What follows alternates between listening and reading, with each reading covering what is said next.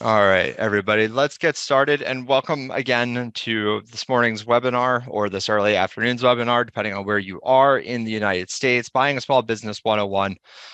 I'm joined today by Ed Pendarvis, who is the founder of Sunbelt Business Brokers and has spent the last 40 plus years educating buyers, sellers, brokers, franchisees, and everybody else involved in the small business ownership and transaction process.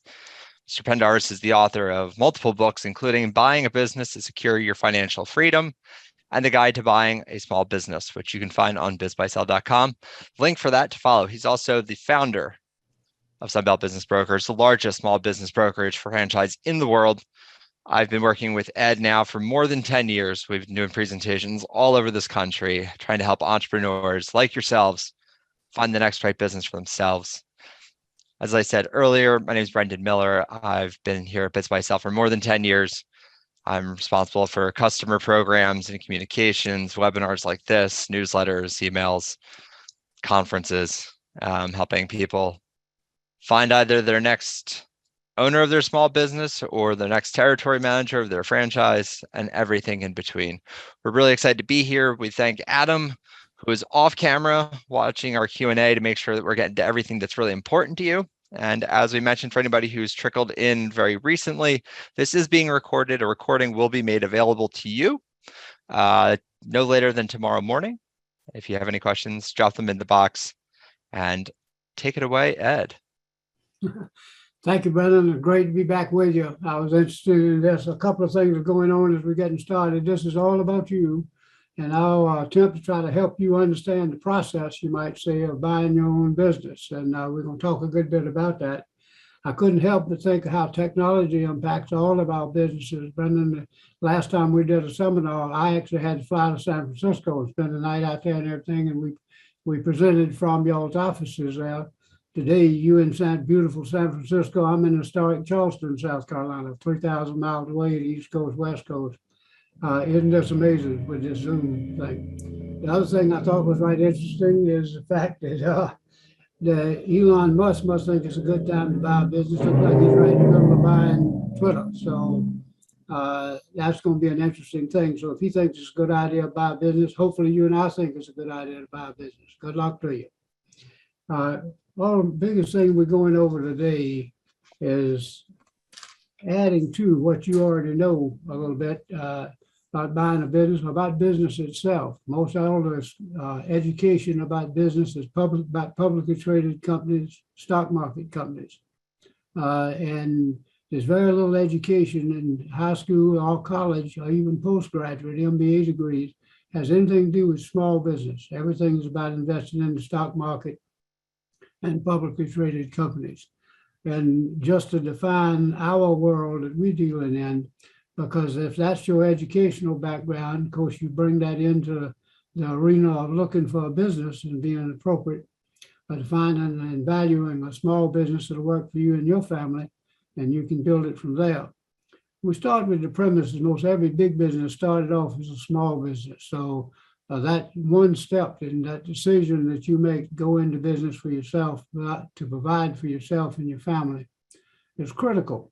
And so many folks who have done it successfully, and particularly after the pandemic and things, it's probably more important because folks have learned that there's some advantages and disadvantages of working for somebody else, and they want to go into business for themselves. And that's who we're talking to with you today. And thank you for being here. The biggest difference between business, publicly traded company and not is it's a stock market company, of course, but a company like Coca-Cola, a great company, they've got two ways of making money. They make money by selling their product all over the world, and they also make money by selling shares of stock. So if they sell 30,000 shares of stock for X number of dollars, that's a whole barrel of money they just raised selling stock in the company or equities in the company. In a small business, we're not selling stock. We're only selling the product or services that business produces and provides. And so the income that's derived through sales is what we're going to be dealing with. And the purpose of a business, when you think about it, is to make a living for yourself and your family. So any business that's been there 3 to 5 to 10 years or longer I believe somebody's making a living out of that business. It wouldn't still be there, of course, as a viable business. And now having the opportunity over the years, as Brendan was talking about, of selling businesses for around 40 years, I found several things that kind of rules of thumb that I'm going to share with you a little bit this afternoon. Hopefully that'll help you in going through the process of locating a business that what you're interested in, and looking at the business, negotiating on the business if you're interested in buying the business, and putting a deal together that works for both you and the seller, and getting it financed, do your due diligence and getting it closed. So that's a little bit of the format of what we're going to be doing. But since we aren't talking about big business and publicly traded businesses, we define our world of what we'd call small business. Usually does about $1 million, $1.5 million in sales, has 20 employees or less. 95% of businesses across America fit in that category. And they are privately owned family businesses, I call them. And that's what we're going to be talking about today, because that's where normally you would invest in yourself, I call it, in buying an existing business. We're going to be talking about some significant advantages of buying an existing business as opposed to a startup, and the advantages of that, but the challenges that also that come with it. And two or three of the things we'll be talking about just by definition. One is the gross sales of a business, which is important. Sales drive value. There's no sales, there's no value. It doesn't matter how much equipment you got in furniture, fixture. So sales is going to be one barometer of value that we'll be talking about a good bit. And the second thing that we're trying to arrive at is what is the earnings of that business? Because what you're really buying when you're buying a small business, you're buying the assets of the business, certainly the furniture, fixtures, equipment, the inventory, trademarks, trade names, tangible and intangible assets. But you're actually buying cash flow. You're actually buying earnings. The reason you run that business is to make a living for yourself and your family. And we're going to be talking about how to derive at that. Some of the definitions you run into in our world is seller's discretionary earnings or seller's discretionary cash flow. I like the one I use mostly is owner's benefit. When you're talking to a seller, if I sit in your chair, Mr. Seller, and I run this business like you did, and I did about the same amount of sales that you did last year with similar comparable expenses, how much could I make? And that's a number that we're all searching for. And it's critical that we find out, because out of that number of what the earnings are, you've got to be able to make a living for yourself and your family. And you got to be able to pay any debt service back to the seller or the bank through the acquisition process. We'll be talking about that. And Brendan, let's go to the next slide, if you would, please. Search an online marketplace. Where do you go to get started? Well, you're in the right place right now, because BizBuySell, no question, is the granddaddy of this business as far as a marketplace provided for small business. Now, you'll find there's a huge difference between us and real estate. If I've got something for sale in the real estate business, I put the biggest sign I can in the yard, put balloons out, do a virtual walkthrough. You can see everything there is about that house without even talking to anybody.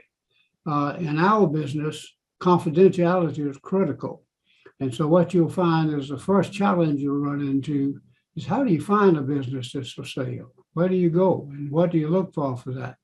And the answer to that, probably the best answer, is BizBuySell. Over the years, they've grown into the largest network of about 50,000 businesses. They've got listed all over the country, all sizes, all types of businesses, retail service, manufacturing, distribution, restaurant, lounges, convenience stores, dry cleaners, liquor stores. You name it, they got it in every community. And so because of confidentiality, though, you can't look at that ad like you can in real estate and go by and look at the business. You've got to go through either the broker that has it listed, or you got to get information confidentially from BizBuySell. And BizQuest is the next size company to that. There are also other websites, you might say, that are multiple listing websites. Plus some of the business brokers advertise on their own. What you're looking for there is a business that the seller wants or needs to sell. There's some motivation on behalf of the seller to sell the business. And of course, the question we always ask is, why are you selling? It's such a good business, how come it's for sale? I will tell you, over 40 years of selling businesses, most of the time a business is for sale Brendan, it's a human-driven reason more so than a financial or business reason. The owner dies, and of course, the owner is sick, unfortunately, or is getting a divorce, or is relocating, or is burned out, or has some family problems or something. For whatever reason, that business now is for sale. And confidentially bring it to the marketplace and try to find the right buyer. And that information on that business being for sale is available to you. The best course is through BizBuySell. Focus on companies that are for sale, and the advantage of that is there's some motivation on behalf of the seller that motivates them to want to sell that business. That gives you the opportunity to buy an existing successful business and continue that success and build on that foundation for growth. Also, you'll have some for sale by owners as well as for sale by business brokers. And the process of buying a business is what we're going to be talking about today, however we get started in that. And Brendan, if you go to next week, please. The heart of a search process would kind of filtering things out or establish. I'm a big advocate, of course, of buying an existing business rather than a startup. In some cases, that would also be a franchise. Is it the right size and range for you? Is it located where you live or want to live? Accessible to you? And do you have the skills to manage that type of business? With the seller's training and transition as part of the deal with it to help you understand the business. And does it fit your lifestyle and things from there? And are the earnings capable of providing a lifestyle for you and your family that you want, particularly as you build that business? Everybody wants to grow. We do too. So you want to, this year, you want to do better than last year. And then in the pandemic is further and further away from us. Hopefully we come back to a more normal situation. And Brenda, let's flip one, please. Turn to your next, there we go. After you've identified some business of interest to you, this is one of the biggest mistakes I find folks make. Call or email the broker for more information. That's important and that's right. If you're interested though in a business, go see the broker and actually set up a meeting with the seller, perhaps after hours, to go see the business. In other words, to find the right business may very well take some heavy lifting on your part. And this is where you get from behind that computer in your den and just looking through multiple listings of various businesses for sale for information. Focus down on the business that you're interested in that fits those parameters that work for you. And take the time to talk to the business broker, if it's listed to a broker, about the business. If not, though, get the information from the seller and set up a meeting with the seller after hours. I found that the best way to look at a business is after hours to visit with the seller, let them do a walkthrough, let them present the business to you. Because two things will come up. One, I always tell people, if you don't like the business, it doesn't matter what the price is and things, you're not going to buy it. There's like, if you don't like a house, you're not going to buy it. If you don't buy a car, you're not going to buy it. If you don't like a woman, you're probably not going to get married. Maybe that might come about later, but going into the relationship, you're certainly not going to make a decision if you don't like it. If you do like it, guess what? Then let's get more information on the business and build a relationship with the seller so that we're comfortable doing due diligence. And we'll move along the path to try to acquire the business based on price, terms, and conditions that work for you and work for the seller. All right, Brendan, if we would, we'll go to the next slide. Make sure that the business has a good reputation. What are the competition in that type of business? Does it have a strong established customer base, which is a huge value to an existing business? You already got trained employees and customer base there. You've got a certain amount of revenue coming in, so you hit the ground running, as opposed to a startup where there's no income until you get above your cost of things.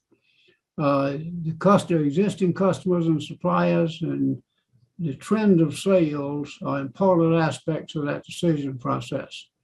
I always say the trend is your friend. In other words, is a bit, except probably for the 20 or 21s, where the COVID kind of disrupted everything. Sometimes you may have to just make some adjustments for that. The main thing that I want to know is what's the most recent 12 months and the month and the year before that and things, and what is the trend of sales for that particular business. Brenda, please. Mm-hmm. Focus is very important. This is something that a lot of folks miss, I think, from that. Focus on the business, not just on the financials. A lot of times folks will say, I need to see the 3 years financials or tax returns before I do anything. That's a mistake. Get the gross sales and the information and stuff, and certainly you can do that. But what I want you to do is don't let that take the place of going and looking at the business. When you look at the business, look at the furniture, fixing equipment, look at the inventory. Let the seller tell you his story, her story, how they got started and why they're selling and what's going on in the business arena there now that impacts that business, so that you've got enough information to make a good decision on behalf of yourself and your family. When you're looking at the business, focus on the top line, not the bottom line. Now, here's what I mean by that. In most any business, I've found over the years, the owner of the business is running it himself, can usually make 10 to 20% on their gross sales, just depending on the margins, and there's variables to that certainly. But I'll show you in just a minute an example of that kind of way it works. So when you look at the gross sales in the top line, you figure that you could make 10 to 20% of that as far as your owner's benefit. But let the seller explain to you what he's making and how she's making and how they're doing. Let them show you where the money is, you might say, in your due diligence process. The third thing of area of focus, and this is just as important as the other two, when you look at a business, focus on what you're going to do with the business after you buy it. In other words, don't just look at what's happened so far. You can't change what's happened so far a nickel. What you can change is when you buy it, what you're going to do to make it better. And I'll say that even from an experience factor. When I bought folks out of Sunbelt back in 1979 and 80, it was actually losing money. It wasn't losing money for tax purposes. It was losing money. But I'd run a race for Congress, and the voters in their wisdom here decided I made a better business broker, and they voted for me to return to the field of business brokerage, which I did, and bought the other folks out of Sunbelt. Now, I was able to do that not just because of price. I was able to do that because of terms and conditions. I'd come out of a failed political race, a failed business. The interest rate had gotten so high in the real estate business in the early 80s, 20%, and a failed marriage. So getting back started in there, I didn't have a lot of money, so I had to have terms and conditions that worked. And we worked out through negotiations to deal with that. That started out, then we started growing Sunbelt a little bit later. Everywhere there's a red pin there, there's a Sunbelt office all over the country. And a lot of good folks, you'd be surprised how much I learned when I was going somewhere and training people as feedback about small business all over the country. And we use that hopefully to be helpful to us. All right, Brenda, if you go. Here's where we're talking about that rule of thumb, how much you can make. Let's say that we're dealing with a restaurant. Those folks are somewhat familiar with a restaurant and accounting things for that. We all certainly enjoy eating out and things. That's a huge business. But here's a restaurant business doing gross sales of $1 million. Food costs usually 28 to 32%, so let's just say 30%. Labor costs are 28 to 32%, that's 30%. Rent costs is about 10% factor from there. Then administrative costs, which would be insurance, advertising, electric bill, refuse pickup, whatever is not food, either labor or food costs, another 10%. So we add those up 30, 60%, 70%, 80%. What's available to the owner, what's left to the real owner's benefit is somewhere between 10 and 20%. Now, if there's a manager running that restaurant and the owner's not there and things there, that's going to come out of that 10 to 20%. If it's owner managed, that 10 to 20% is available, what's available to the owner. But that's no matter how much more they do. If they do more sales, the gross sales for food cost goes up, the sales for labor cost goes up, present that. And there's been some significant adjustments in that industry and the hospitality industry in general. But what's available to the owner is somewhere around 10 to 20% of sales. So if you look at the gross sales, 10 to 20%, what you normally could make. All right, Brendan, please. The two approaches to value of a small business that I'd suggested work pretty well. We use a lot of information from Business Brokerage Press. Tom West and Barbara started the IBBA, and Ron West, their son, do a wonderful job supporting our industry. But over the years, they proposed two approaches to value. One is some percentage of gross sales. If there's no sales, there's no value. I don't care what the business is. But if you look at your gross sales, 50 to 60% of that uses one approach to value. That's been tracked across the years. Another approach to value is a multiple of earnings. The challenge there is always agreeing on what the earnings are. But the multiple of earnings is usually from 2 to 2.5 to 3% multiple of earnings is the selling price of a business. And quite frankly, it's been pretty steady in those two categories for the last 15, 16 years, with the obvious exception of COVID when some things were shut down from the government standpoint from there. And we have to factor in the abnormality of that statistic. But you'll find that'll bode you pretty well when you're looking at a business. 50, 60% of gross sales is one approach to value. 2.5 to 3 times the multiple of earnings is another. And you average those two together, that'll give you a pretty good idea of the value of that business. All right, next slide, please. One of the things that has helped us, I think, help people be successful is once you've looked at a business and you met the seller and heard their story and walked through the business, seen the furniture, fixing equipment and inventory, and looked at the environment, you might say, of the business. Actually, you know enough about it right now to know you're either interested in it or you are not. And so I've always asked people after we've had a buyer seller meeting, if they're interested in it, make an offer based on what they think the business is worth and based on what down payment that they could write a check for, and ask the seller to finance the balance. The average selling price of business is around $400,000. Most buyers have $50,000 to $150,000 in what I call HIP National Bank. That's the bank that you can write a check for right there. But Americans are not big savers. I always say, you ever make $100,000 a year, you spend 110. And you make 200, you spend 210. But I jokingly say, if you ever make $300,000 a year, you become a Republican. And Republicans can always save money. But most of the time, most of our buyers have $50,000 to $150,000 down payment. If the average selling price of business is $400,000, somebody's got to finance that gap right there. In some cases, it could be a bank, a lending company, or guaranteed with an SBA loan. In many cases, though, it's going to have to be the seller himself or herself who knows more about that business than anybody else in the world. Now, right at first, when they list the business, they don't want to finance anybody. And of course, I wouldn't finance anybody either. But what about these nice people once you've met them? And once they've showed you that they're going to commit to putting just about everything they got down on the business, it's a significant investment if they'll finance the balance. A number of businesses are financed at least in part by the seller for 7 to 10 years. Now, remember, you got to be able to make a living with the cash flow of the business plus the debt service. All right, Brendan, next, please. See what the seller responds to in writing. One of the biggest advantages of making an offer, oftentimes the seller is asking more than it's going to sell for. Almost universally, that's so. So if you see a business, make an offer based on what works for you. And it's not only price, but it's price, terms, and conditions. In other words, I'll pay you $400,000 or $350,000, whatever the number is, if you'll take 80 down and finance the balance, or if I can get financing for that gap in between there. And this is where real negotiation with the seller begins. Seller always wants more down payment, certainly does.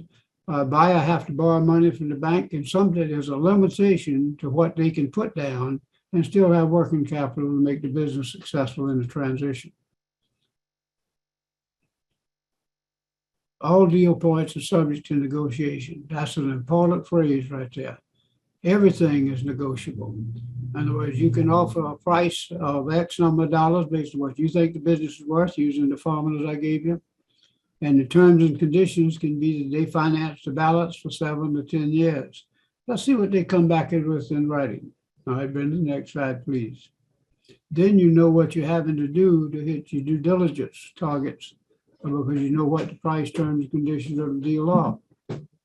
Financing the deal structure oftentimes ends up with a significant provided by the buyer, about a third provided by a bank on SBA loan, and about a third provided by the seller financing. In fact, the SBA in many cases requiring the seller to hold back at least 10% in a standby position for a period of time. But one way or another, we try to get financing where we can to add to the down payment ability of the buyer, which makes for a successful transaction. Here's a pretty important thing. If I can help you find a business that you could put down $80,000 and make $80,000 a year, that's 100% return on your money. You put down 100, make 100 a year, put down 65,000, make 65,000 a year, and the business carry the debt service. That's a 100% return on your money. Boy, that's a good investment. You're investing in yourself and you grow the business from there. And most business will grow anywhere from 5 to 15% with a new owner coming in there with a lot of new enthusiasm. Stay open longer, they advertise more, they clean the place up, they paint it, they pick up the potholes, fill them. Next thing you know, they deliver. They add other services to what they're doing that makes their business more and more valuable. Terms and conditions are probably more important to the buyer. Oftentimes, the seller, the most important thing is the selling price. And so if we can reach a selling price that works and give us terms and conditions that works, which is what I got when I bought Sunbelt, I paid them, in my opinion, way too much, but they gave me terms and conditions I could work with. I could pay them out of commission. All right, Brendan, please. Now, the final due diligence begins.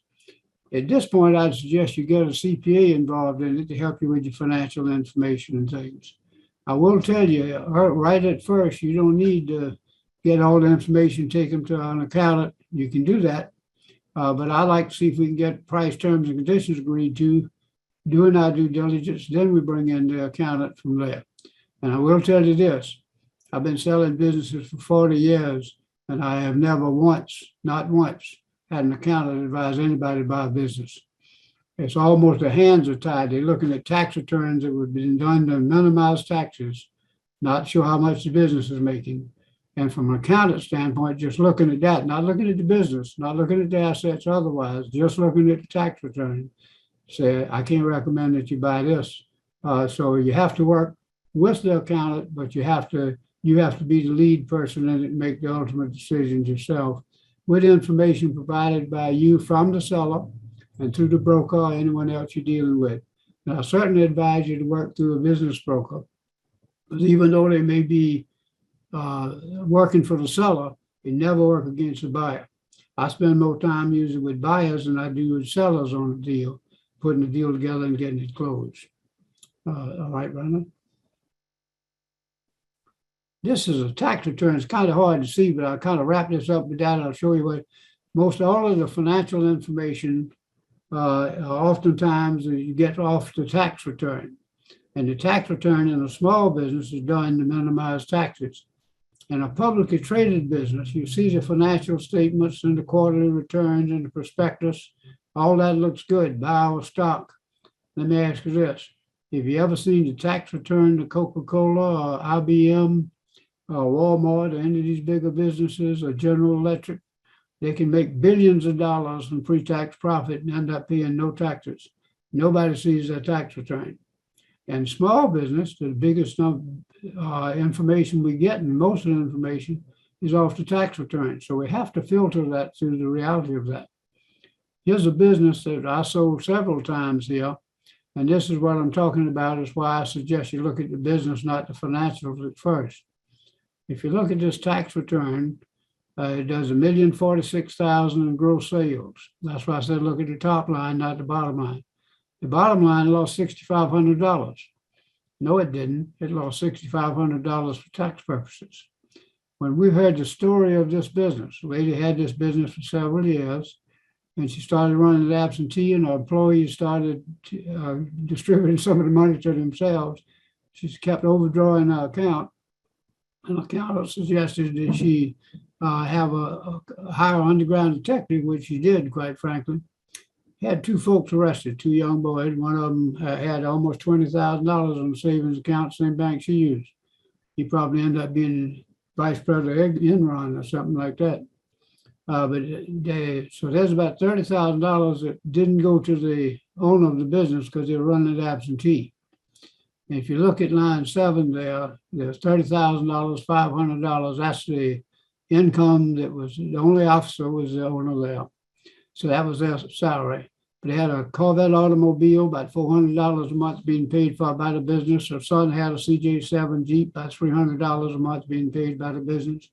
She paid her son $100 a week salary, and he really didn't work there, so that was like another family allowance. So he had depreciation of about $12,000. And you add back those abnormalities, you might say, $10,000 in overdraft accounts, properly run, that wouldn't have happened. $30,000 the kids stole from them, that wouldn't have happened if you were on top of the business, shouldn't have. Plus $30,000, plus $4,800 for the automobile, plus $3,600 for the son's car, plus $5,200. And you add that up, and you got right around $100,000 in owner's benefit. Now, it's a sub-S filing, and so you got $30,000 income with a $6,500 loss. The owner of that business is paying taxes on $24,000 a year and has an owner's benefit provided by that business of well over $100,000. Based on that information, we were able to sell the business. Now, we sold it for $190,000 with 90 down, and she financed $100,000. So price, terms, and conditions were worked out based on understanding the story, not just looking at the tax returns and financial to the business. Always look at the top line, 10 to 20% of that, what you can make out of a business. All right, Brendan, please. Seller makes representatives and warranties that completes the information, and that survives the closing, so that you have a right to rely on the information provided by the seller. On that note, seller agreement to finance part of the purchase price goes a long way to help you feel comfortable with the warranties and reps that they're providing. And 90% of businesses have some part of it financed by the seller. Buyer and seller walk away with vested interest in the future and continued success as a business. That's good for everybody. Good for you as the buyer, good for the seller, good for the marketplace, the customers, and the employees. All good and all driven by small business, which is the biggest business in the United States, which is the biggest business in the world. All right, Brendan. The other thing that besides an existing successful business, I also deal with, of course, is franchises, because franchise has a proven track record of success. And if you open up a donut shop and the 2,800 other donut shops that do it this way, you'll probably be successful with it. So there's some good information, and if they'll follow up with you on looking at an existing business that's independent. Of course, there's no royalties and payment for that except for the value of the business. The franchise opportunity usually has a down payment and has some royalty stream going with it. And Brendan, you take the next one, please. That actually takes us to the end of your part of the presentation before we get into mine. But we wanted to pause and ask you some questions. Thanks again, as always, Ed. It's great to listen to you, no matter how many times we talked about this great opportunity for folks around the country. The first question that we wanted to get to was, do you think it's better to buy an established business or a franchise? Well, you can buy an established franchise, which goes both ways there too. But either one would offer some of the similar benefits. An existing business does have a track record of that product or service in the marketplace, the volume of sales, trained employees, and customer base. And existing equipment and marketing, you can track that. And then, of course, obviously, a franchise has some of the same thing. I'm partial to a franchise. Obviously, Sunbelt's a franchise. So in our business and industry, there's several from that. If you look at the individual business, you've got two sales there. You're dealing with the person who's selling the existing franchise, if it's an existing one, and the franchisor that's there. So you've got your relationship is going to end up being with the franchisor. So I would put a great deal of emphasis on that because going forward, you and the franchisor are going to be joined at the hip. But that's a good experience factor, and they give you all the information and the support you need to be successful in that market, in that type of franchise. Yeah. Transworld's got there's a franchise, VR, I think Murphy's, there are a lot of companies in our business that are also franchises, and of course, Sunbelt. Yeah, like you were saying earlier, a lot of it has to do with what you as the small business owner are comfortable with and what makes the most sense for your lifestyle, your family size and structure, and everything else that goes into it. If you are on this list, you regularly get information about franchise opportunities, usually on Wednesdays here through BizBuySell. Those are all people that we've worked with before in various capacities. A lot of them are on our directory as well. So if you want to read a little bit more about them, you can always go to bizbuysell.com franchise for sale and learn about those ones. So that was that. The next question we wanted to get to you with right now is from Margaret Wojcicki, who asked that they're just starting the process of buying a small motel in a tourist area. The owners kept no books for 45 years. What are our obstacles to buying? The seller wants cash up front.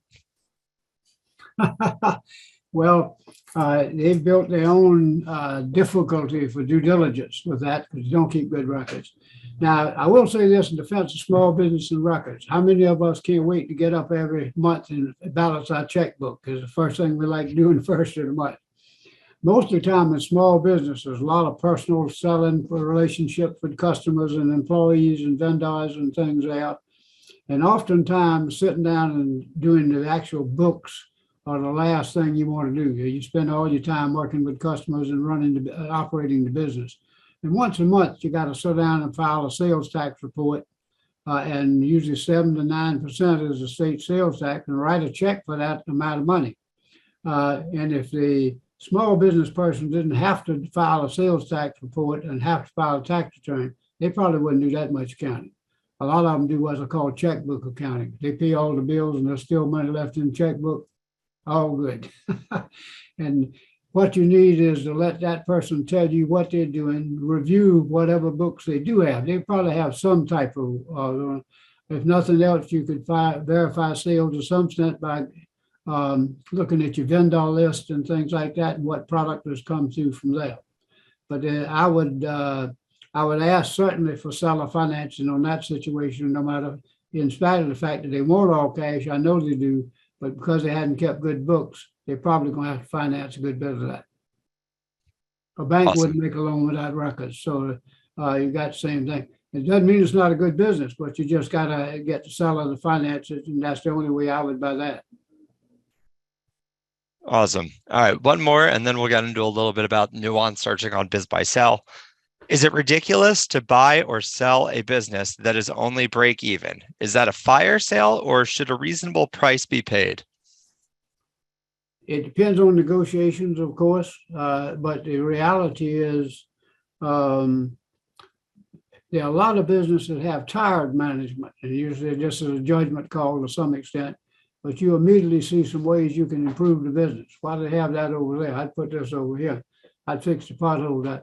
I'd do delivery. We'd stay open on Saturday and Sunday. We'd do this, we'd do this.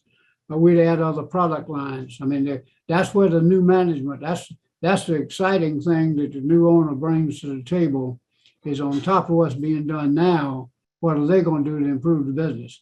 And quite frankly, that's why I say probably 30% of the decision ought to be made on what the seller's done with the business.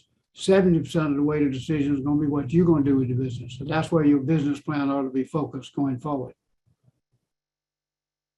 Great. We have a few more questions that we'll get to later on. We want to get through little high-level stuff on the site itself, Ed. So be ready for a few more questions in just a few moments. And thanks everybody for staying tuned. We want to thank Ed for joining us today. He's been a great friend of ours for longer than I've been here, which is now more than a decade. And it's always a pleasure to share with him the experience he has, the stories he has to share, the It's always a good time when you see Ed for the first time after a little while, and he has a really great story for you about a transaction that made no sense on paper, but boy, did it work out for everybody. So hopefully all of you out there are able to find some success soon with some of the tips I've provided to you. I want to now take some time and talk about the site itself so we can help people search a little better. We spent so much time today talking about finding the right business for you, finding the business that matches your needs, your wants, your abilities and capacities. A lot of times on BizBuySell, as many of you know, you probably get it on our site the first time by searching for some sort of business for sale in your area, whether it's, a pest control in Bakersfield or a florist in Chicago. Whatever it might be, BizBuySell invests a lot to rank really well on Google so that you're taken to something like that. But what you might have realized now is that what might be more important for you is to invest that entrepreneurial spirit in something that fits what you're looking for. So what we're going to do is go through a little bit about searching and what that looks like. Here you might be familiar with our homepage, clean front, just looking and get you started at a top level. Right now we put in Denver, Colorado because I was talking with my brother-in-law last night and we went with Denver and that's where he lives. You can search very simply an entire town, entire county, an entire state with every industry. You can get more granular and include an industry if you'd like. And when you search that, you'll get everything that's listed in that state top down. What you're most interested in usually is the location, the industry, and the price range. The price range being more what you can afford. This is an obvious place to start because you want to start with something that represents your perceived expertise, what you think is what you'll be able to do. And a lot of times you end up feeling like you've seen a few things, but none of them really excite you. One of the things that I recommend doing is advancing your business for sale searching. Don't let the site tell you what's available. Ask the site what's available for me. So some of the search results we've put in here are by increasing our filters. By increasing our filters to require that businesses have a minimum level of cash flow, that they include seller financing, that they are an absentee ownership opportunity, or perhaps you can relocate the business, what the age of the business is.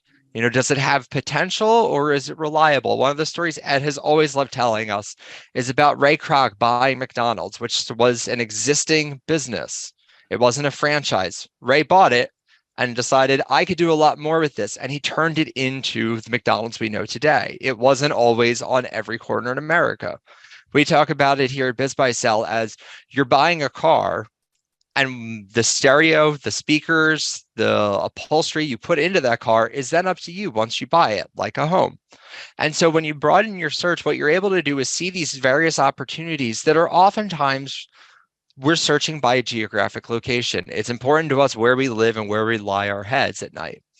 By searching by location and these financial indicators or establishment indicators, you're able to find things that might be something you wouldn't have thought about, but suddenly you can envision yourself doing.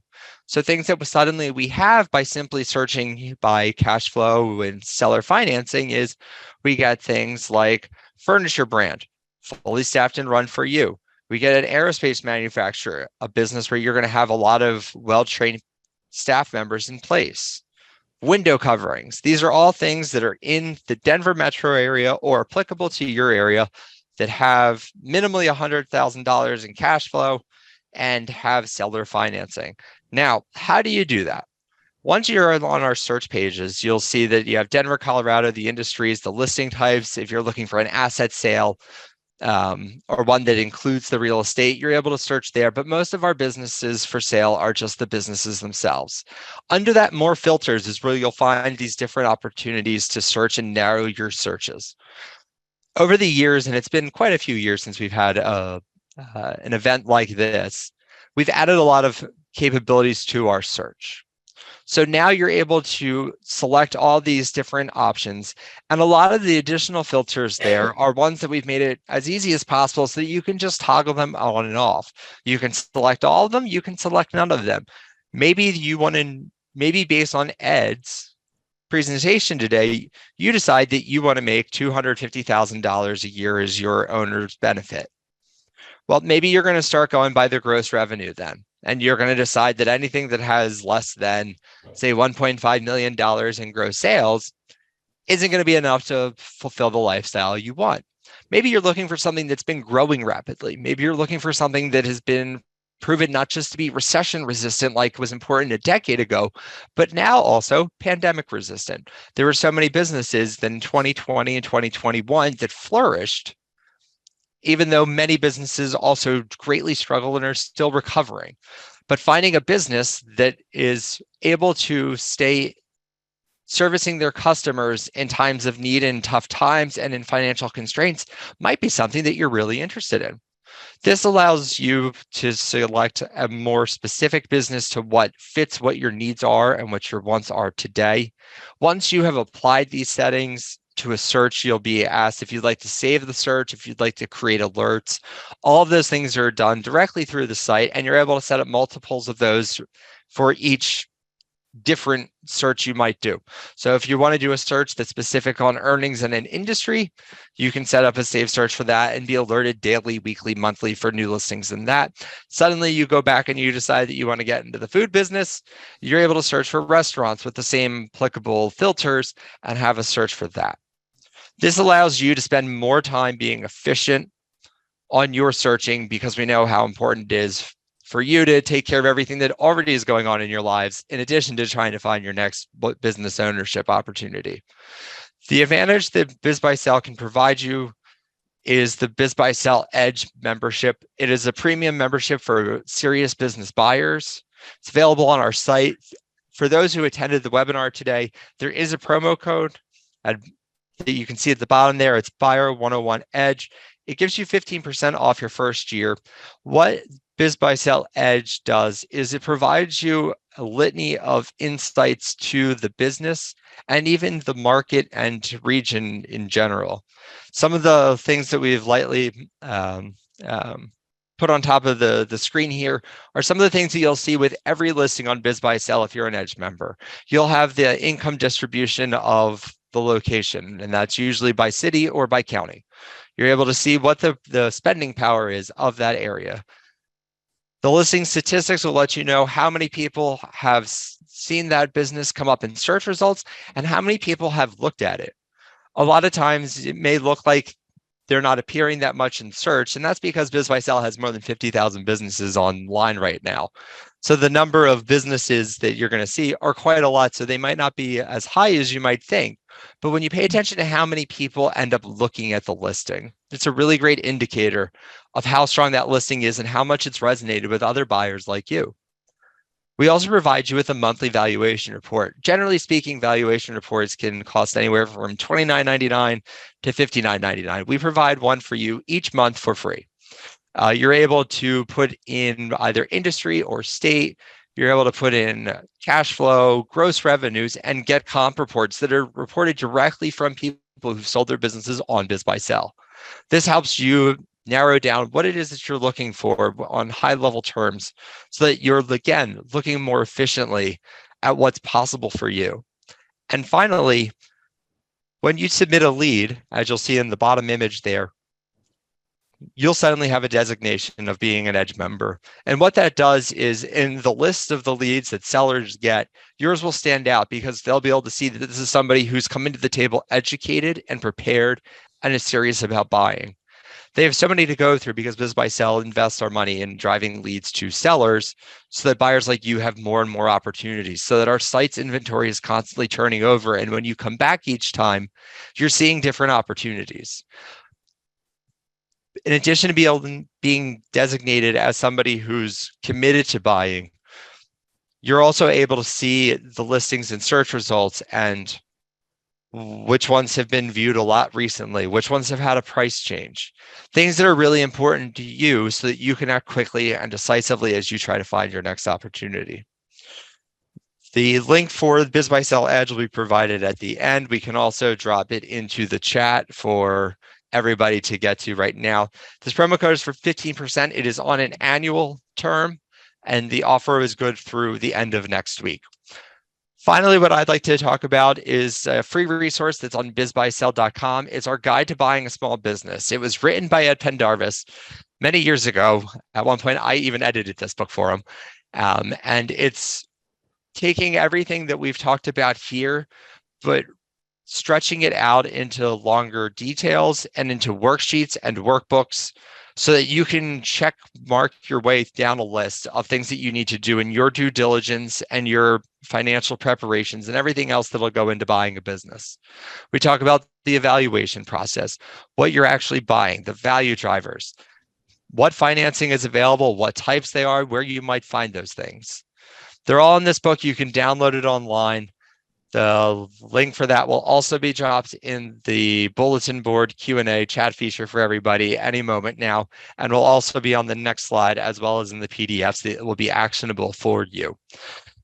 So again, the Guide to Buying a Small Business is a really simple, easy to understand and use resource for everybody, regardless of whether you use BizBuySell or not. It's really important to us not just to be the place where you look for businesses, but also to help you become the business buyer you want to be so that when you do get into ownership, you're getting what you hoped for. As we now hop back into question, we're going to leave up some resources that you might find interesting. BizBuySell Edge is what we just talked about. The IBBA is the largest business brokerage professional association. The SBDC is an organization run by the Small Business Administration. Small business development centers are located throughout the country, usually in state and community colleges. There's about 1,600 of them. They are counselors who have experience in small business ownership or management or the academic side of things, who are available for everybody for any part of small business ownership, from transacting a business to inventory management to hiring practices and everything in between. They're really great people and we can't support them enough. The last one I'll point out to is Business Buyers University, which is a program that Ed runs. If you're interested in it, you can certainly reach out for more information. We're going to try to get to 2 or 3 more questions before closing it. We do want to be mindful of time, as we know everybody's got a lot to do, and I'm sure at least a few people are already looking ahead to the weekend. So I'll leave up our contact information while we go through these questions. Again, all of these will be provided to you via PDF and a recording tomorrow. Ed, 2 more questions. One, if the broker reps the seller, who reps the buyer? From a practical standpoint, this is an unusual part of our business. Unlike the real estate business, where there usually is an agent for the seller and an agent for the buyer, usually the business broker is the only agent involved in the transaction. Now, that puts a requirement on us to make sure we treat the buyer fairly and honestly and guide him all the way through it, but we actually work for the seller. Our fiduciary relationship is to the seller, and we get paid by the seller. By the same token, we spend more time with the buyer probably than we do the seller, because we have to help them get financing, location, get to due diligence, answer their questions and things there, and find the right buyer for that seller. But in essence, in most cases, there's not an agent for the buyer. That one reason I wrote that book and things there was to help people, because there's nobody on the buyer side to give the buyer the information they needed to make the right decision on behalf of themselves and their family in buying a business. And you'll find, I think, the business brokerage community goes out of their way to treat buyer and seller fairly. Buying a business should not be an adversarial process. In other words, the seller wants and needs to sell, the buyer wants and needs to buy. The broker's job is to put a deal together that works for both sides, survive due diligence, and get it financed and get it closed. Thanks. Then next up, we have somebody who is currently interested in buying a laundromat in Southern California, who'd like to know, is there a way you can buy a business with just the closing costs and 0 down payment with 100% seller financing? Is that realistic? And have you seen any examples of this happening? You got to have a really motivated seller to finance the whole thing. They want some commitment from the buyer and to know that the business that they are turning over to them, they're going to get up and go to work every day because they've got a lot of skin in the game already too. So it's hard to buy something. I would say usually if you got family money or you got somebody to support you, or you can do a partnership or whatever you need to do to raise some money to put together enough money for a down payment, that might be possible. Okay. And today, everything is changing so quickly. What are reasonable seller carry interest rates these days? Is it about 6%, or are we inching higher than that these days? It probably would be 5 to 6% in all probability. But I think the interest rate will come back down once things settle down a little bit, and I certainly hope so. Also, like I said earlier, everything is negotiable. So if you make an offer to somebody, you might put in there 5% interest in there and start with that. And that's a pretty good number for a seller note from a practical standpoint. Banks going to use the SBA is usually about 2.75 times on top of prime. So they run about 7.5%. Usually an owner's note would be less than the SBA's note. Awesome. And just one last point of clarification. It seems like this has come in a couple times.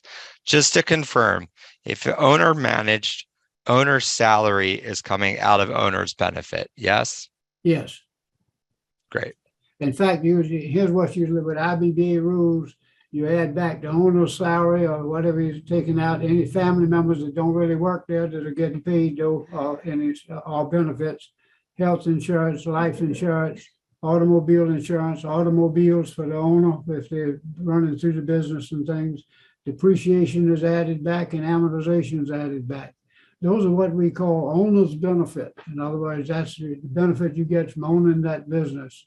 And that's part of the total compensation going to the owner, which in effect would therefore would be what the down payment would have, the monthly payment would have to accommodate, plus enough money for the buyer to live. So the buyer's got to look at the cash flow based on that. And usually that's that 10 to 20% I'm talking about, all in, everything added back in.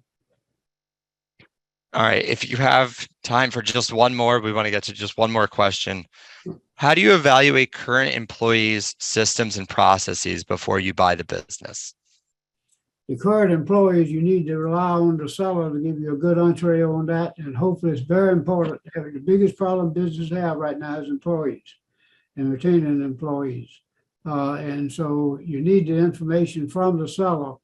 Obviously, we're not buying the business from the employees, but sometimes the seller may need to incentivize the employees a little bit, stay there a while, and the new buyer may need to do the same thing. Because employees are normally the biggest and best asset of a business. And if they are well incentivized, you've got a good business opportunity to continue going forward.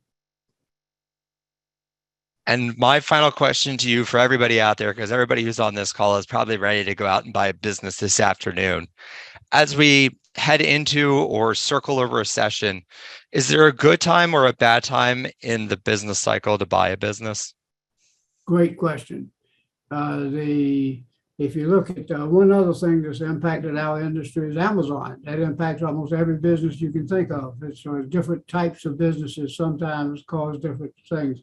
The right time to buy a business is the right time in your life to do it. Just like the right time to get married, the right time to have children, the right time to almost everything is a decision that we make to go in that direction.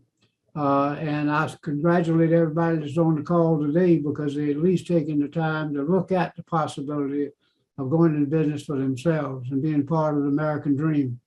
I always say, though, you won't get there just by dreaming. It's going to take some specific methods and the process and procedures. And hopefully we've added a little bit of information for that this afternoon. Certainly any way that we can work with you one-on-one, we'd be delighted to. Give us a call. My number's right there on there's my cell number. And look forward to talking to you if we can be of any help to you at all. And congratulations again for being in the hunt. Awesome. Thanks so much, Ed. Thank you, everybody, for joining us wherever you might be today. We wrap this up in exactly 59 minutes. As a reminder, the slides and recording will be shared out tomorrow. I'll do my best to get them to everybody before close of business today, but I don't want to make promises on something like that. As a reminder, the promo code for BizBuySell Edge, our advanced search function, is Buyer 101 Edge. It's available on an annual membership. And finally, as you close out, a reminder, a survey will pop up. We really appreciate you taking the time to complete those, I believe, 5 quick questions. Thanks so much, everybody, for joining us today, and have a wonderful rest of your day.